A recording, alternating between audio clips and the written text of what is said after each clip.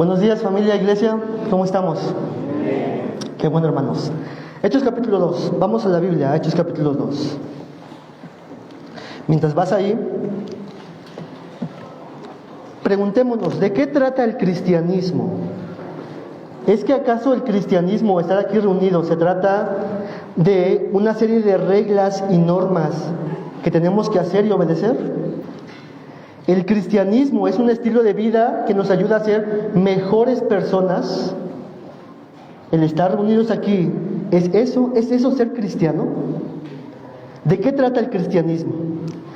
En la parte más fundamental, amados hermanos, amada iglesia, en la parte más esencial de lo que trata, de lo que es el cristianismo, es que está centrado en Jesús. Todo se trata acerca de Jesús. La iglesia tiene como su centro a Jesús. Cada integrante de la iglesia tiene como su centro a Jesús. La motivación del por qué hacemos lo que hacemos es debido a Jesús. A quien contemplamos, admiramos, adoramos, servimos es a Jesús. El mensaje del Evangelio, ¿de quién trata? De Jesús. La Biblia, de tapa a tapa, ¿de qué trata? De Jesús. En un rato más, amada iglesia, vamos a participar de la Cena del Señor. ¿Y la cena de qué trata? Hacer memoria de Jesús. El cristianismo se trata de Jesús. Así que, hermanos, no buscamos ser relevantes, novedosos, ir a una tendencia, sino tratamos de centrar nuestra mente, nuestro corazón, nuestro ser entero a escuchar, recordar y enfatizar de una sola persona: Jesús.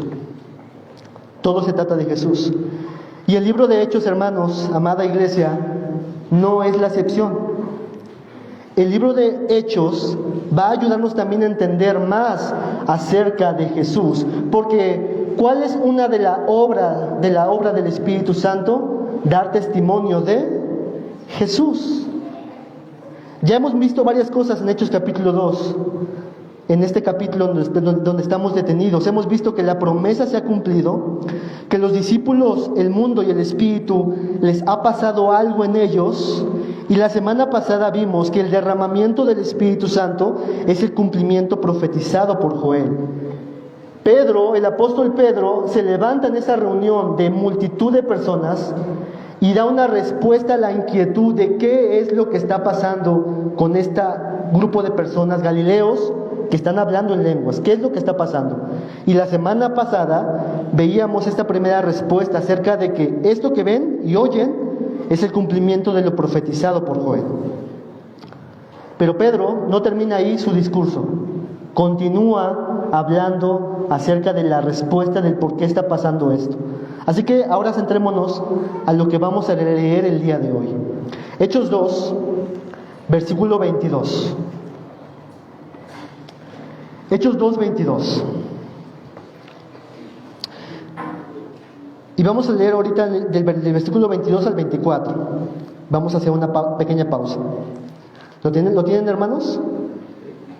Y dice: varones israelitas, este es Pedro hablando, oíd estas palabras: Jesús Nazareno, varón aprobado por Dios entre vosotros, con las maravillas y prodigios y señales que Dios hizo entre vosotros por medio de él, como vosotros sabéis, a este, entregado por el determinado consejo y anticipado conocimiento de Dios, prendisteis y matasteis por manos de inicuos, crucificándole, al cual Dios levantó, sueltos los dolores de la muerte, por cuanto era imposible que fuese retenido por ella.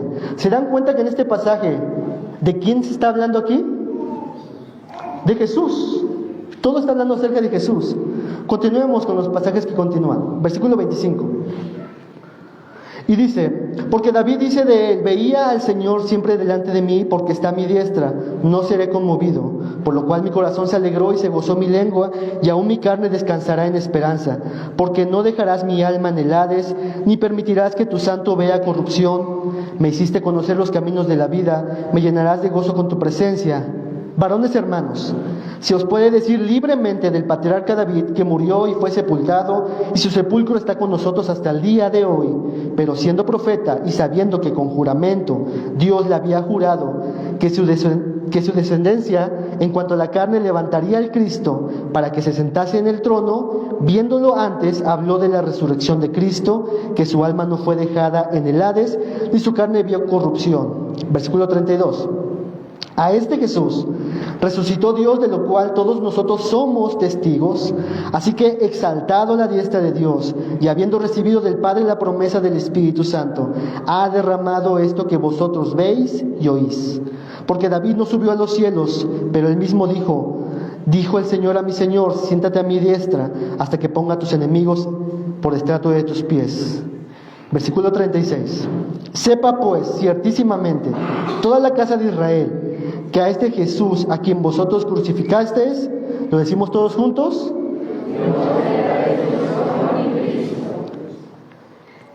Este discurso, en este pasaje que vamos a estudiar el día de hoy, inicia con Jesús y termina con Jesús, ¿lo ven?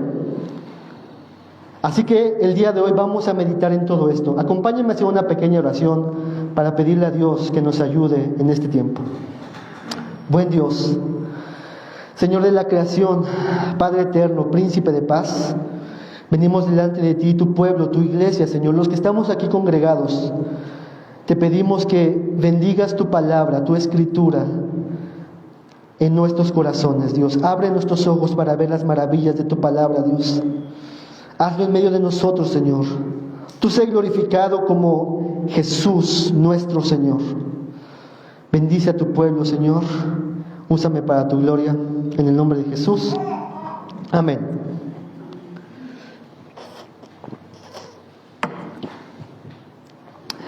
Como hemos dicho, Pedro está dando un discurso a un mundo de judíos, aproximadamente 1 millón de judíos, reunidos ahí para celebrar la fiesta de Pentecostés. Lo que estas personas necesitan escuchar, este mundo de personas que necesitan escuchar, es un mensaje acerca de una persona, acerca de Jesús. Y es lo que vimos en este pasaje que acabamos de leer. Por lo tanto, le he puesto por título a esta enseñanza: un mensaje que el mundo necesita saber. ¿Cuál es ese mensaje? Jesús es el Señor. Ese es el mensaje que necesita el mundo en aquel entonces y el mundo en nuestro tiempo escuchar, y debemos enfatizar. Así que vamos a ir poco a poco conforme a los pasajes, ir desempaquetando este mensaje poco a poco, e ir viendo algunas cosas a través de algunos encabezados. Fíjense la manera en cómo lo vamos a estudiar. Vamos a ver del versículo 22 al 24 acerca del anuncio de Jesús el Nazareno. Después, segundo encabezado, Pedro va a recordar lo que David ha dicho y va a decir que es una profecía acerca del Mesías. El tercer encabezado es de que Jesús es el Mesías y ha sido exaltado, y termina Pedro diciendo: Jesús es el Señor. Así que vamos al primer encabezado: Jesús el Nazareno. Versículo 22. Ahí en la pantalla en sus Biblias dice: varones israelitas. Así comienza Pedro con su discurso. Llama la atención a esa multitud de personas y dice: estén atentos, escuchen muy bien. Les voy a hablar de una persona, Jesús. Para aquel entonces, hermanos, el nombre de Jesús era muy común, era algo muy habitual llamarse Jesús. Como aquí en la iglesia Israel o Carlos, ¿no? Que tenemos varios Carlos, 2 Israeles nada más. Por ahí creo que había otro. Entonces, en aquel entonces era muy común. Pero Pedro dice: no cualquier Jesús, sino Jesús el Nazareno. Atiendan muy bien esto. Esta era una forma muy común, hermanos, de hablar de Jesús. En los pasajes que vemos en los evangelios, Jesús era conocido como el Nazareno, el de Nazaret. Acompáñenme un pasaje en la Biblia, de entre los 3 que tenemos ahí, solamente para recordarlos. Por ejemplo, Lucas 18, 35 al 37. Lucas 18, 35 al 37, y tú puedes apuntar los demás pasajes para después estudiarlos en tu casa. Solamente vamos a mirar este ejemplo. Lucas 18, 35 al 37. Eso no va a estar en pantalla, busquémoslo. ¿Lo tenemos? Se los leo. Aconteció que acercándose Jesús a Jericó, un ciego estaba sentado junto al camino, mendigando. Y al oír a la multitud que pasaba, preguntó, ¿qué era aquello? Y le dijeron que pasaba Jesús Nazareno. Esta era una fórmula para saber de quién estaban hablando, de Jesús, que era de procedencia de Nazaret, el Nazareno. No el que solamente hizo un voto de Nazaret como nazareo, sino que venía de Nazaret. Jesús el Nazareno. También en la Biblia, más adelante en Hechos, se va a hablar de Jesús de la misma forma como Jesús de Nazaret. Acompáñenme un texto en la Biblia, de entre los que están ahí en el pasaje, en la pantalla. Acompáñenme, por ejemplo, en Hechos 4:10. Hechos capítulo 4, versículo 10.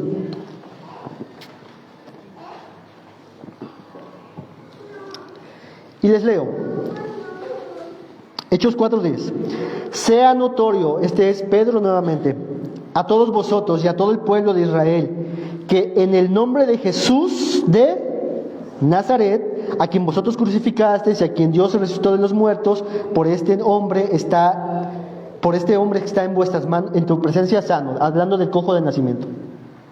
Entonces, hermanos, así inicia Pedro diciendo, Jesús Nazareno, Jesús el de Nazaret, de ese Jesús de quien ustedes saben, que seamos conscientes, de ese les vengo a hablar.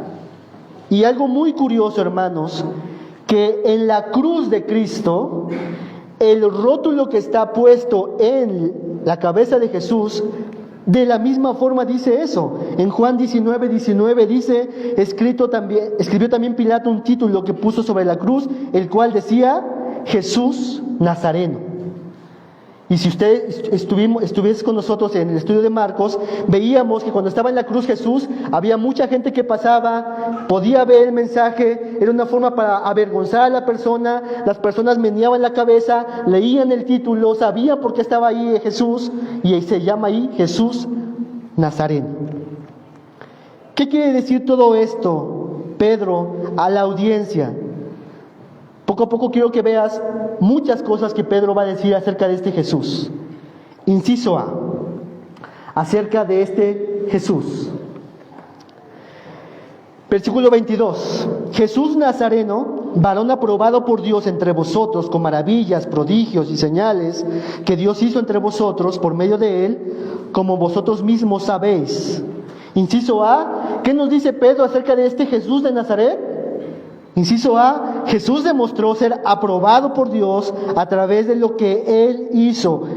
Ustedes, varones israelitas, saben de quién hablo, de Jesús de Nazaret. Y no es oculto, no es un misterio de que este hombre, que sabemos de su procedencia, ha hecho milagros asombrosos, maravillas, señales.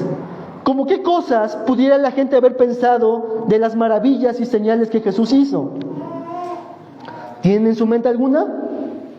Posiblemente cuando Jesús, por ejemplo, multiplicó panes y peces. Esa fue una obra pública a muchas personas. Algo maravilloso. ¿Qué tal en Juan capítulo 11, cuando un amigo de Jesús llamado Lázaro, después de 4 días de muerto, estaba un montón de personas ahí en su sepelio llorando, multitud de personas, y de repente Jesús resucita a este hombre? Fue notorio ese momento. De hecho, esto fue lo que detona en Juan, el Evangelio de Juan, el momento en que Jesús pronto va a ser arrestado y apresado. Lo que Pedro está diciendo a este grupo de personas que están ahí es de que Jesús ha hecho milagros maravillosos, sorprendentes, y que estos milagros confirman el hecho de que Dios estaba con él, que no podía ser un hombre cualquiera, sin duda era un enviado de parte de Dios. Y esto nos recuerda un poco de un hombre importante, Nicodemo, ¿se acuerdan? Juan capítulo 3, que va de noche con Jesús y le dice, Maestro, nosotros sabemos que Dios está contigo porque las cosas que tú haces solamente proceden acerca de un hombre que ha sido enviado por Dios. Sabemos que vienes de Dios. Entonces, hermanos, esto es lo que está recordándoles Pedro a este grupo de personas, que este Jesús ha hecho milagros maravillosos, sorprendentes. Obviamente todo esto, una evidencia de que Dios estaba con Jesús y Dios estaba obrando a través de Jesús. Este es Jesús de Nazaret. Demostró ser aprobado por Dios a través de lo que Él hizo. Así que, de este inciso, podemos decir, en la parte que está al final de la diapositiva, que Pedro señala que el ministerio de Jesús entre el pueblo, es decir, milagros, prodigios y señales, confirma que Dios estaba con Él y obrando a través de Él. Vayan haciendo una lista, hermanos, de las cosas que Pedro va a decir acerca de Jesús. Este es el inciso A. ¿Qué más nos dice Pedro acerca de este Jesús de Nazaret? Inciso B. En el versículo 23 dice: a este, entregado por el determinado consejo y anticipado conocimiento de Dios, prendisteis y matasteis por manos de inicuos, crucificándoles. Inciso B. ¿Qué nos dice de Jesús? Que Jesús fue crucificado y que murió. A este Jesús que fue confirmado por Dios, que fue obviamente a través de sus milagros confirmado por Dios de que venía de Dios y que Dios estaba en él y que Dios estaba obrando por él, ustedes lo prendieron y ustedes lo mataron. Y esto, hermanos, fue algo muy duro para aquella audiencia. Imagínense, ahí entre la multitud había personas que seguramente se habían confabulado para llevar a Jesús a la cruz. Seguramente había personas ahí que habían gritado: crucifícale. Seguramente había personas ahí de los principales fariseos, de los sacerdotes, que ahora le está diciendo: Pedro, tú, ustedes, varones israelitas, lo han matado. Es una palabra muy dura, hermanos. Y Pedro, lleno del Espíritu Santo y sin temor, dice: ustedes lo han hecho. Han matado a este Jesús. Este era el momento en que alguno de los que estaba ahí se hubiera levantado y dicho: cállate, ¿tú quién eres para hablar? Pero todos estaban absolutamente callados. Dios estaba trabajando en sus conciencias y en sus mentes. En algún momento en los evangelios se nos dice que Pilato le dijo al pueblo: ¿a quién quieren que suelte? ¿A Barrabás o a Jesús? ¿Y el pueblo qué dijo? A Barrabás. Y crucifiquen a Jesús. Así que por un lado, hermanos, lo que Pedro está enseñándonos aquí es de que los culpables de la muerte de Jesús, ¿quiénes son? Estas personas, estos judíos.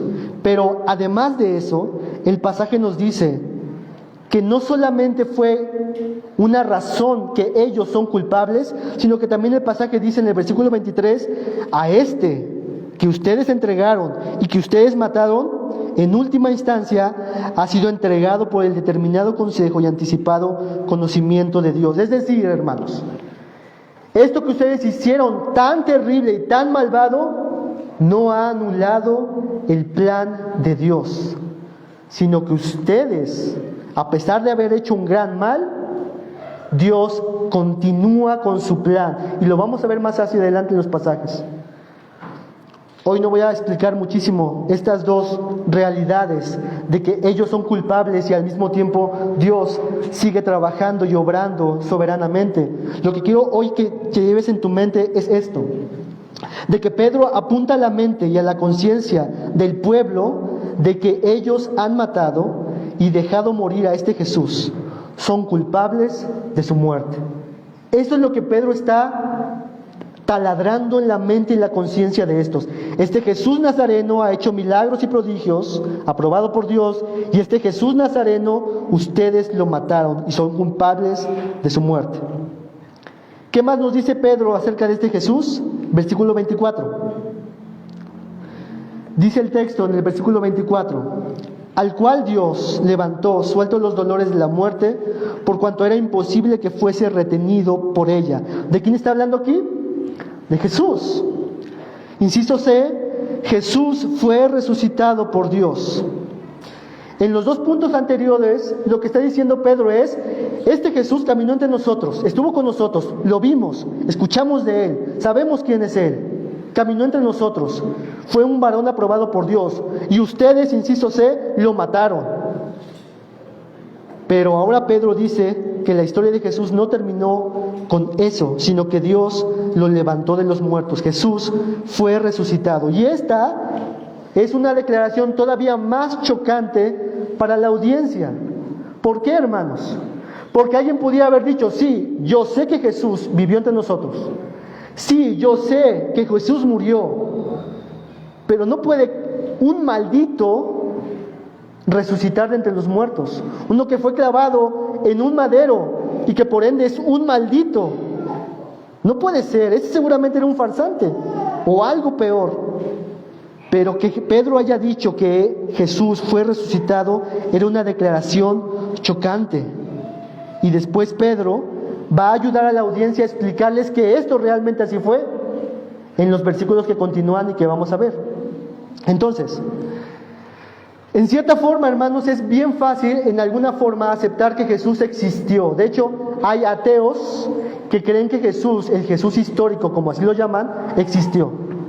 Incluso aceptar que Jesús murió en la cruz.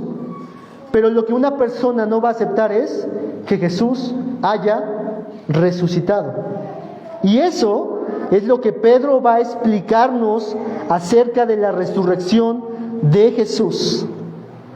Y Pedro dice que era imposible que Jesús, ese nazareno, fuera retenido bajo el dominio de la muerte. Era imposible que Jesús quedara para siempre sujeto a la muerte. Era necesario la resurrección de Jesús. Muy bien. Hasta aquí, hermanos, quiero que vean que una de las formas habituales de los que vamos a ver en Hechos es esta estructura. Cuando dan testimonio de Jesús, hablan acerca de su vida, hablan acerca de su muerte y hablan acerca de su resurrección. Y así predicaban los primeros cristianos. Cuando damos testimonio de Jesús, cuando tú debes dar testimonio de Jesús, tienes que ayudar a aclarar y esclarecer acerca de Jesús, de su vida, de su muerte y de su resurrección. Muy bien, entonces, hasta aquí Pedro ha dicho en síntesis o de forma muy resumida muchas cosas acerca de Jesús.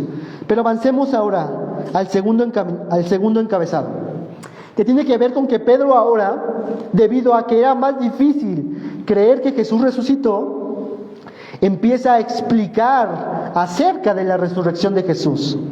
Y lo va a hacer a través de recordar ciertos pasajes de David en el Antiguo Testamento. Ve ahí a tu Biblia, versículo 25 al 28, porque ahora Pedro va a citar textualmente unas palabras de David. Leamos lo que dice. Dice Hechos 2, 25 al 28. Porque David dice de él, esta es una cita: veía al Señor siempre delante de mí, porque está a mi diestra, no seré conmovido. Por lo cual mi corazón se alegró y se gozó mi lengua, y aún mi carne descansará en esperanza. Porque no dejarás mi alma en el Hades, ni permitirás que tu santo vea corrupción. Me hiciste conocer los caminos de la vida, me llenarás de gozo con tu presencia. ¿Cuál salmo es? Ahí lo pongo en pantalla, el Salmo 16, 8 al 11. Un salmo que escribió David. ¿De qué trata el Salmo 16? Cuando David escribió el Salmo 16, lo que está describiendo es la confianza que tiene David en Dios, en Jehová, en el Señor. Fíjense cómo lo dice el versículo 25. Con esta confianza de David dice: yo no seré conmovido, nada me hará caer, no seré sacudido. ¿Y por qué? Porque Dios está a mi diestra. David está diciendo: mi confianza está puesta en el Señor, por lo tanto yo no seré conmovido, no seré sacudido. Eso es lo que está diciendo David. Y David habla como un hijo de Dios que sabe que Dios nunca está lejos de él. De hecho, en el texto que leímos, David ve al Señor delante de él, porque veo al Señor delante de mí, es decir, está el Señor conmigo, por lo tanto no seré conmovido. Esta es una expresión, hermanos, de confianza en Dios. Y versículo 26, ahí mismo, dice que esta confianza producía en él gozo, paz y alabanzas a Dios, porque Él me guarda. Todas estas son expresiones de confianza, de gozo. Y llegamos al versículo 27, donde es el eje de todo esto.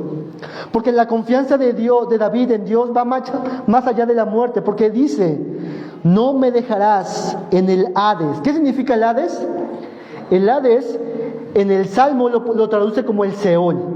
Hades y Seol aquí son sinónimos. Y la idea de Hades y Seol es la muerte, el sepulcro.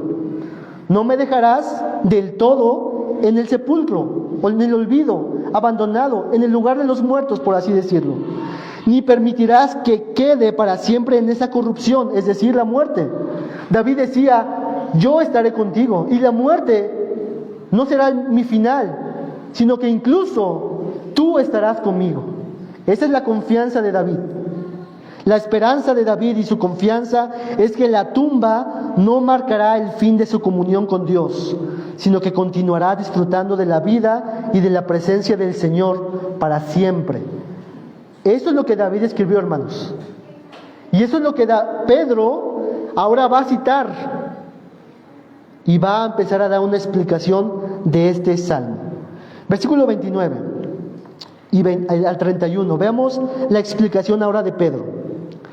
Y quiero que, hermanitos, hagamos una desconexión acerca de Cristo y Jesús. Sabemos que Jesús es el Cristo, pero aquí pongámonos en los zapatos de ellos. Para ellos Jesús era una cosa y el Mesías era otra cosa. Lo que está hablando David es acerca de lo que va a decir Pedro. Versículo 29 dice: varones hermanos, se os puede decir libremente del patriarca David. ¿Qué pasó con él? Que murió, que fue sepultado, y su sepulcro está con nosotros hasta el día de hoy. Y los varones hermanos que están ahí, los israelitas, decían: sí, eso es cierto, David murió. Versículo 30. Pero David, siendo profeta y sabiendo que con juramento Dios le había jurado que de su descendencia, en cuanto a la carne, levantaría al Mesías, al ungido, al Cristo, para que se sentase en el trono. David sabía de la promesa del Mesías.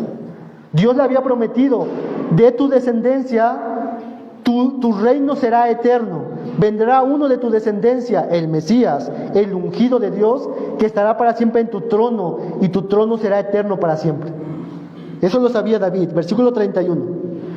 Viéndolo David, sabiendo esto, las palabras que leímos en el Salmo 16 dice que significa que habló de su resurrección, del Mesías, que su alma no fue dejada en el Hades, ni su carne vio corrupción. ¿Se dan cuenta de lo que está diciendo Pedro aquí? Lo que está diciendo Pedro aquí es: a ver, hermanos, David dijo que su alma no sería dejada en el Hades, pero tú y yo sabemos que David está sepultado y está su sepulcro ahí. Entonces, ¿de quién habla él? Seguramente del Mesías. Así que David está hablando de que Dios le ha jurado de que vendría un Mesías de su descendencia. Y entonces Pedro dice: del que habló David fue de su descendencia, del Mesías, del Cristo ungido, que éste no sería dejado en la muerte, en el Seol, ni que su carne vería corrupción. Si algún momento en 1 Corintios capítulo 15 dice que Jesús resucitó conforme a las Escrituras, este es un pasaje que habla de esto. El Mesías resucitó y ya de antemano se estaba profetizando a través de la experiencia de David, hablando en fe, en su confianza en Dios, acerca de este Mesías. Por eso es que Pedro va a decir lo siguiente en el versículo 32 al 35. Fíjense lo que dice ahora Pedro, y este es nuestro tercer encabezado. Dice Pedro: a este Jesús resucitó Dios, de lo cual todos nosotros somos testigos. Así que exaltado a la diestra de Dios y habiendo recibido del Padre la promesa del Espíritu Santo, ha derramado esto que vosotros veis y oís. Porque David no subió a los cielos, pero él mismo dice, dijo el Señor a mi Señor, siéntate a mi diestra hasta que ponga a tus enemigos por estrado de tus pies. Ahora, habiéndose hecho ese pequeño paréntesis del Salmo, Pedro termina en esta conclusión, hermanos. Y Pedro nos va a decir más acerca de este Jesús de Nazaret. Inciso D, en tu lista que vas apuntando. ¿Qué nos dice Pedro acerca de este Jesús? A este Jesús resucitó Dios, del cual todos nosotros somos testigos. Con la explicación anterior, Pedro lo que está diciendo es, Jesús es el Mesías prometido, inciso D. Esa es la conclusión lógica.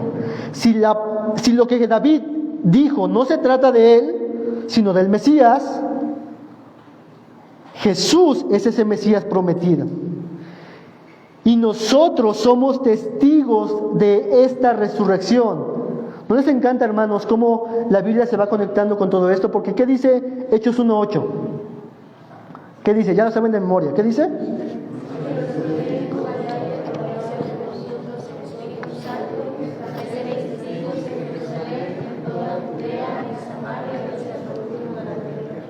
Me seréis testigos, me hablarán de mí. Y lo que está pasando aquí es que Pedro está diciendo del cual, de la resurrección, nosotros, los que ustedes ven y que están hablando, somos testigos de esa resurrección. Y estamos dando testimonio de Jesús. La resurrección, hermanos, es la prueba última y definitiva, la señal de Dios de que Jesús era el Mesías. Si Jesús no hubiera resucitado, como lo dice 1 Corintios, vana sería nuestra confianza en Él, nuestra fe en Él. Y Pedro lo está diciendo, ese Jesús Nazareno que hizo prodigios y milagros, que fue crucificado y que ustedes mataron, este mismo Jesús es el Mesías prometido, porque ha resucitado.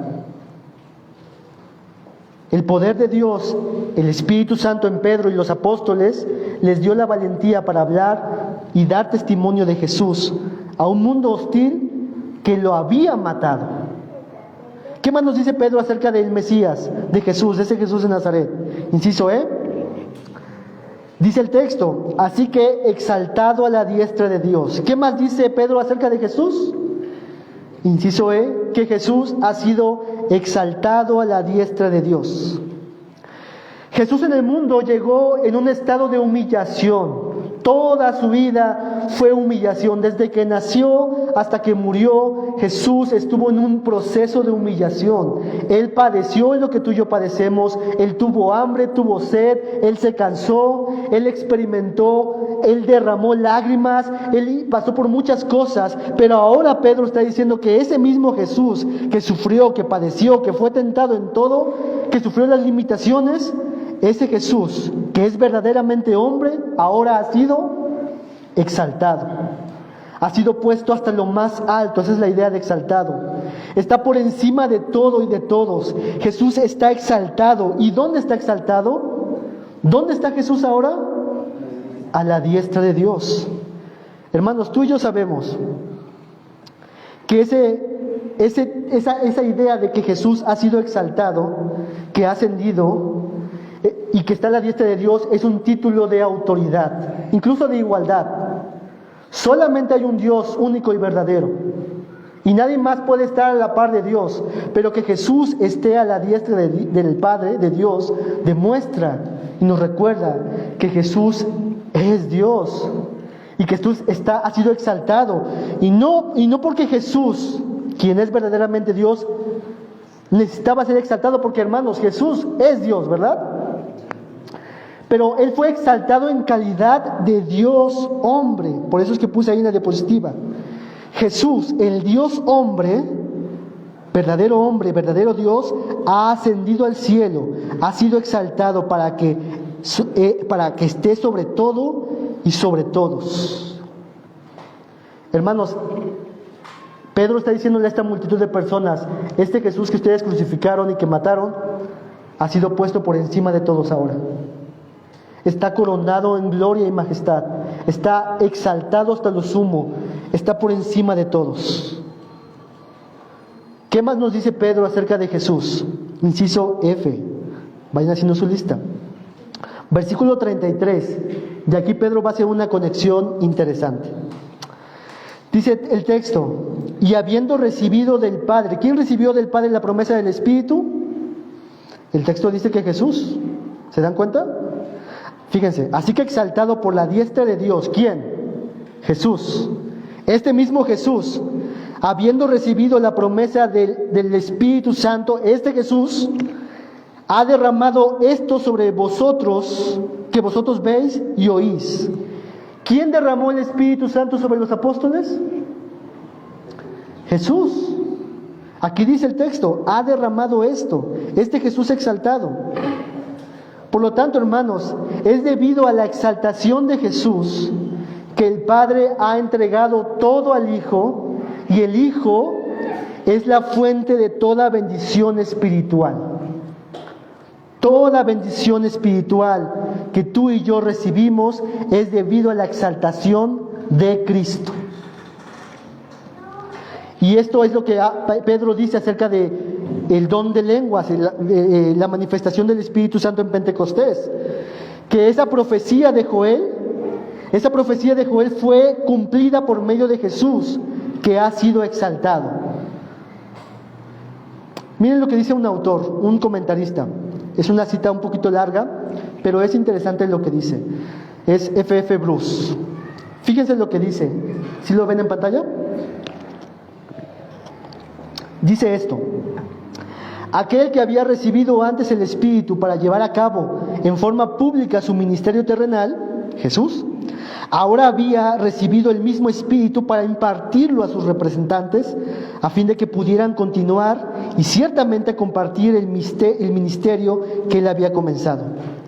El haberles impartido ahora el Espíritu a ellos, hecho que atestiguan señales evidentes, constituía también una vindicación innegable de la afirmación de que Jesús era el Mesías exaltado. No solamente el Pentecostés es el cumplimiento de una profecía, sino el Pentecostés es ese derramamiento del Espíritu Santo, es una confirmación de que Jesús ha sido exaltado y de que Jesús ahora, de él procede toda bendición espiritual. Es por medio de Cristo Jesús. Y esto nos recuerda, hermanos, un texto en la Biblia, en Efesios 1:3, que dice: bendito sea el Dios y Padre de nuestro Señor Jesucristo, que nos bendijo con toda bendición espiritual en los lugares celestiales. ¿En quién? En Cristo. Hermanos, Cristo, debido a que Cristo ha sido exaltado, de él procede toda bendición espiritual que el creyente ahora goza. Es Cristo Jesús, por medio de Cristo y gracias a Cristo, que toda bendición espiritual es dada de forma gratuita a todo aquel que viene a Él y que está en Él. Este es Jesús exaltado.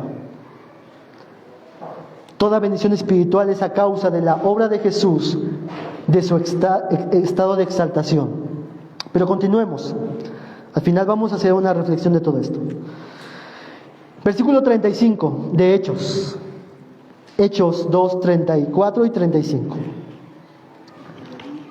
Ahí está en pantalla y dice: porque David no subió a los cielos, pero él mismo dijo el Señor a mi Señor: siéntate a mi diestra hasta que ponga tus enemigos por estrado de tus pies.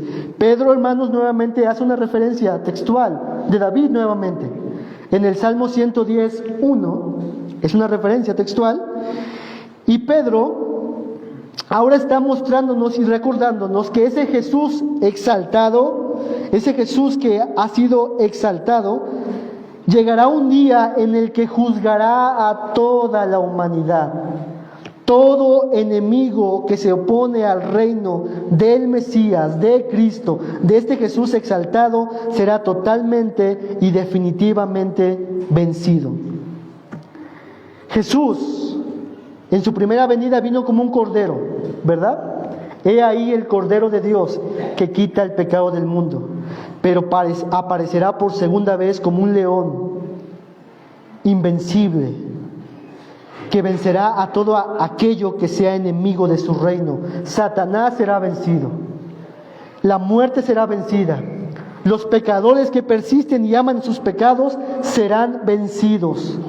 Y Pedro nos dice que lo que David dijo, apuntando hacia el Mesías, dice: hasta que ponga a tus enemigos por el estrato de tus pies. Jesús, hermanos, vencerá a sus enemigos. Todo esto, hermanos, recordemos que está diciéndolo ¿a quiénes? A judíos que se habían manifestado como ¿qué? Como enemigos del Mesías.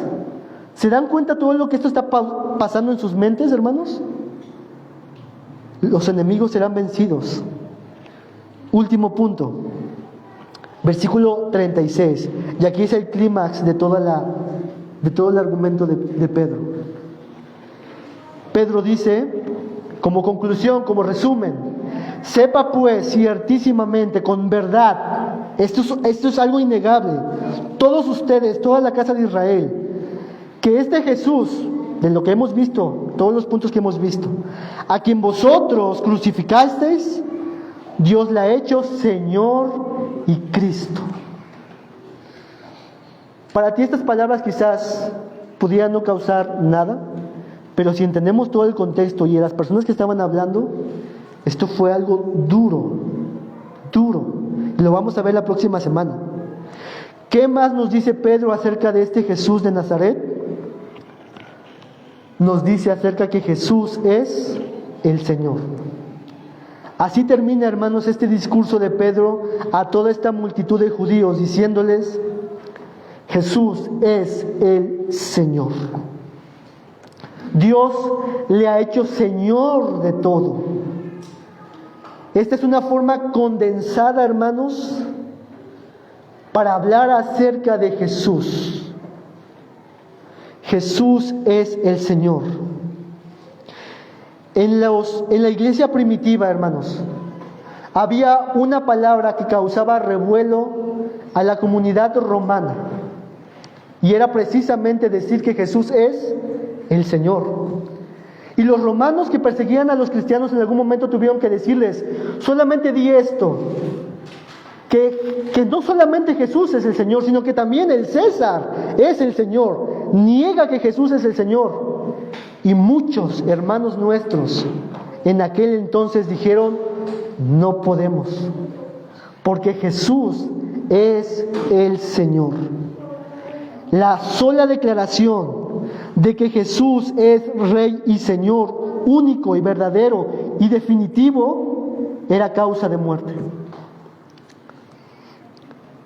Y sobre este punto es que quiero que recuerdes muy bien esto. Quizás de todas las cosas que dijimos, hermanos, si no recuerdas nada de eso, no importa. Solamente quédate con esta sola idea y frase: Jesús es el Señor. Este es el centro del cristianismo, hermanos. Se trata de Jesús siendo el Señor de todas las cosas. Y la idea de Señor, de Rey, es que Jesús es dueño de todo. Todo lo gobierna. Todo va a responder a Él. Toda riqueza eterna es suya. Toda devoción pertenece a Él. Todo debe rendirse a Él. Jesús es Señor. Pero, hermanos, una cosa es decir, Jesús es el Señor, y otra cosa distinta es: Jesús es mi Señor. Por lo tanto, yo te pregunto, amado amigo, hermano, ¿Jesús es tu Señor?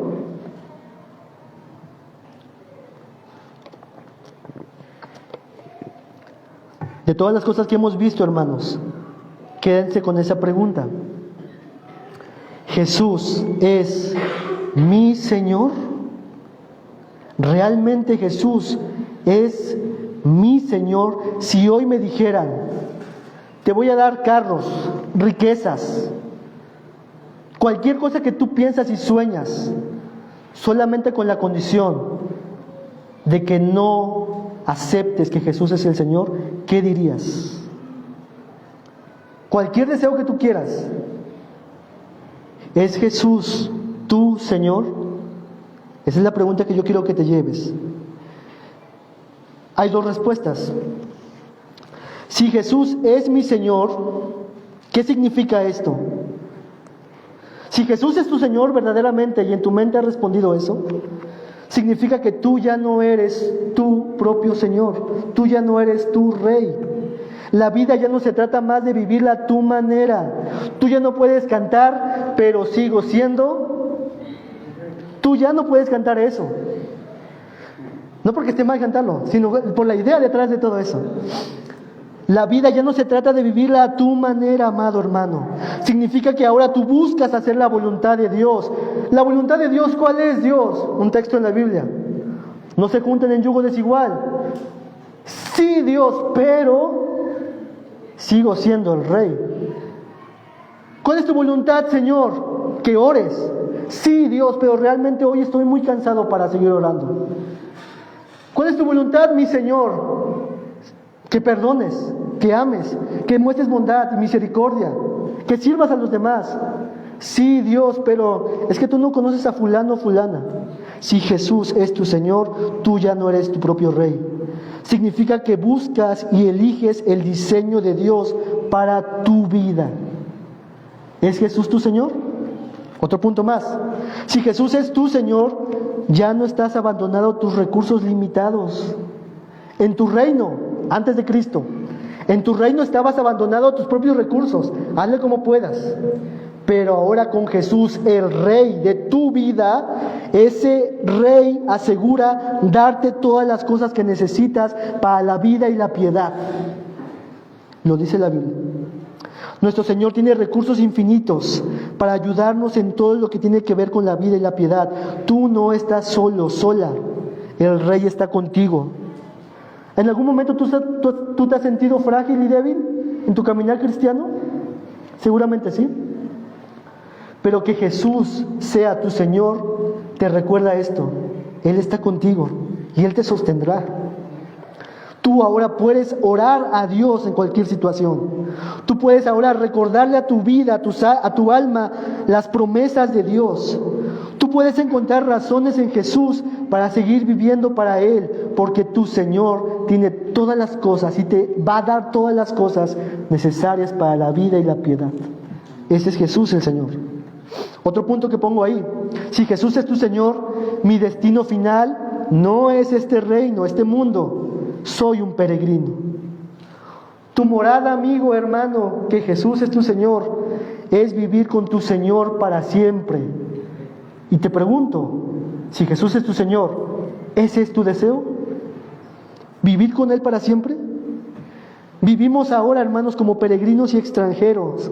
Nuestras prioridades, debido a que este no es mi reino, cambian, deben de cambiar. Es la del reino, es mi Padre Celestial la que anhelo, es hacer la voluntad del Padre, es perseguir aquellas cosas que conforman al reino de Dios, porque mi destino final no es este mundo, es su reino, es estar con Él. Y por último, si Jesús es tu Rey, tu Señor, por lo tanto, busca que otros puedan disfrutar del reino de Dios. Si Jesús verdaderamente es tu Señor, y tú has entendido que este Señor es bueno, bondadoso, maravilloso, milagroso, poderoso, santo, bondadoso, amoroso, consolador, fuerte, compasivo, ¿qué esperamos para decirle a los demás? Vengan, Él puede ser también tu Señor. Prediquemos el Evangelio. Pedro en algún momento dijo: todas las cosas del pasado las estimo y las pongo como estiércol, como basura, porque ahora he entendido de lo grandioso de este Señor Jesucristo, y por lo tanto para mí ahora es el vivir Cristo y el morir ganancia. Si Jesús es tu Señor, hermano, hermana, predica de este Señor. Pero si tu respuesta es: Jesús no es mi Señor, porque seguramente en una multitud de personas que estamos aquí o que nos están viendo en la transmisión, Jesús no es tu Señor. ¿Qué significa esto? ¿Qué significa que Jesús no es tu Señor? Bueno, te tengo que decir que tú eres esclavo a la ilusión de tu pecado. Tú piensas que eres libre. Tú piensas que eres el rey del mundo. Tú piensas que las cosas se van a hacer a tu manera y que yo voy a amar a quien yo quiera. Yo voy a hacer lo que yo quiera. Yo soy libre de hacer lo que yo quiera. Se trata de mí, nadie se mete conmigo. Son mis sueños, son mis deseos. Es lo que yo quiero hacer. Pero al final del día, amado amigo, es una ilusión. Es una ilusión. ¿Qué es una ilusión, amigos? Algo que no es real. Que tarde o temprano, de manera triste, encontrarás que la realidad de eso era humo. ¿Qué es lo que le dijo Satanás a Eva? Oye, Eva, si comes de este fruto, tú serás como Dios, no vas a morir. Y Eva siguió la ilusión de esta tentación, cayó en pecado. ¿Y cuál fue la consecuencia? Todo lo que vemos hoy. Estamos en la consecuencia de una ilusión que les propuso Satanás a Eva. Si Jesús no es tu Señor, estás siendo esclavo a una mera ilusión y tarde o temprano será una terrible realidad que vas a entender. La Biblia dice que la paga del pecado es la muerte. Otro punto que pongo ahí es, si Jesús no es tu Señor, tú serás dejado a vivir eternamente en el olvido. Jesús dice, yo no te quiero que estés aquí a la fuerza, yo quiero que veas lo bondadoso que soy. Yo quiero hacer las cosas a mi manera, Jesús. Yo quiero vivir la vida a mi manera. Lo que Jesús va a hacer es, entonces, sea tu voluntad. Ese sea tu voluntad, es el abandono y el olvido eternamente de Dios. Jesús en algún momento a los fariseos les dijo en Juan 8:24, escuchen, por eso os dije que moriréis en vuestros pecados, porque si no creen que yo soy, en vuestros pecados moriréis. Si Jesús no es tu Señor, la realidad de tu destino final, de tu vida en última instancia, es estar eternamente separado de este Dios infinitamente bondadoso. No va a haber paz para ti. No va a haber consolación, ni bondad, ni amor para ti. Serás olvidado eternamente. Sufrirás eternamente a tus propias decisiones. Solo aquel que se rinde a Jesús, tendrá alivio eternamente para su vida. Si Jesús no es tu Señor, es todo esto. Pero, amigo, a pesar de tu condición de estar sin Jesús siendo tu Señor, ¿qué crees? Jesús te llama a conocerlo y a hacerlo Señor de tu vida. Y eso es lo que vemos en este pasaje en Hechos. Porque Pedro, la semana que viene, a este grupo de personas que habían nacido enemigos de Dios y que Pedro le está diciendo, este es Jesús el Señor a quien ustedes han ofendido, a ese mismo grupo se les ofrece las buenas noticias de que hay perdón por medio de este mismo Señor. A pesar de tu condición, Jesús te llama a conocerlo y a hacerlo el Señor de tu vida. Y eso es lo maravilloso, amigo, que a pesar de saber Dios que tu condición y tu corazón es de una rebeldía con Él, Él te sigue llamando, ven, yo quiero que disfrutes de mi amor, quiero que experimentes el amor que excede a todo conocimiento, cuán ancho, cuán alto, cuán profundo, cuán vasto es mi amor por ti y para ti, y yo quiero que lo disfrutes y que lo goces. ¿Por qué no vienes a mí? La invitación del Evangelio. Jesús es el Señor. ¿Es Jesús tu Señor? Miren una advertencia dada por Jesús, el Señor. Mateo 7, 21 al 23. Y para mí, este es uno de los pasajes más terribles y tristes que podemos leer. Este es Jesús en el Sermón del Monte, dice Mateo 7, 21 al 23. No todo el que me dice, Señor, Señor, entrará en el reino de los cielos, sino solo aquel que hace la voluntad de mi Padre que está en los cielos. Muchos me dirán en aquel día, Señor, Señor, No profetizamos en tu nombre, en tu nombre echamos fuera demonios, en tu nombre hicimos muchos milagros. Iba a la iglesia, la verdad que permanece, iba a un grupo de oración, participaba de la Santa Cena, participaba del grupo de alabanza, participaba de la enseñanza. ¿No era yo eso? Y entonces les declararé: nunca os conocí, apartaos de mí, hacedores de maldad. ¿Es Jesús tu Señor? ¿Es el dueño de tu vida? ¿Has creído en Él? Si Jesús es tu Señor, ¿haces su voluntad? Debemos examinar nuestra vida. En un rato más participaremos de la Santa Cena. Y la Santa Cena es un recordatorio de que Jesús es el Señor. ¿Cómo será tu acercamiento a la Santa Cena? Tenemos que examinar nuestras vidas. Y si tú no lo has hecho, arrepintámonos y vayamos a Cristo Jesús y rindámonos al señorío de Cristo en cualquier área de nuestras vidas. Lo que hemos visto el día de hoy es el mensaje que el mundo necesita saber: Jesús es el Señor.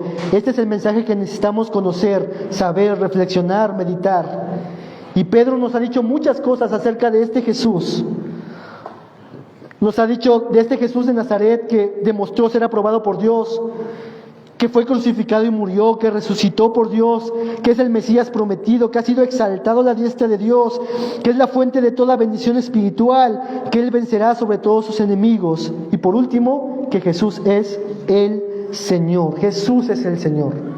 Le voy a pedir al grupo de alabanza que vaya pasando. Jesús es el Señor, hermanos. Es el Señor de toda la creación. Es el Señor de todo gozo. El Señor de toda salvación. El Señor por encima de la muerte. El Señor que vendrá para juzgar. El Señor exaltado. El Señor de toda bendición espiritual. El Señor de toda compasión. El Señor de todo consuelo. El Señor de toda paz. El Señor de toda esperanza. El Señor que es un fuerte refugio. Ese es Jesús el Señor. ¿Ese es tu Señor? Acompáñame a hacer una pequeña oración para terminar este tiempo. Dios bondadoso, Rey exaltado, Cristo Jesús, Señor nuestro. Hemos estado expuestos a tu palabra, Dios. Y tú eres el dueño de nuestras vidas, Señor. Ayúdanos a doblegarnos y someternos a tu señorío, Dios. Con amor, con gratitud, con gozo. Sabiendo, Dios, que éramos pecadores y que merecíamos la justa condena por nuestras transgresiones contra ti. Pero tú, oh buen Señor, viniste a conquistar nuestra vida y a dominar nuestro rebelde corazón. Hazlo en medio de tu iglesia. Hazlo en medio de aquellas personas que no han venido a ti, Señor. Que tu señorío, Señor, se entronice en nuestro corazón. Te damos gracias en Cristo Jesús. Amén.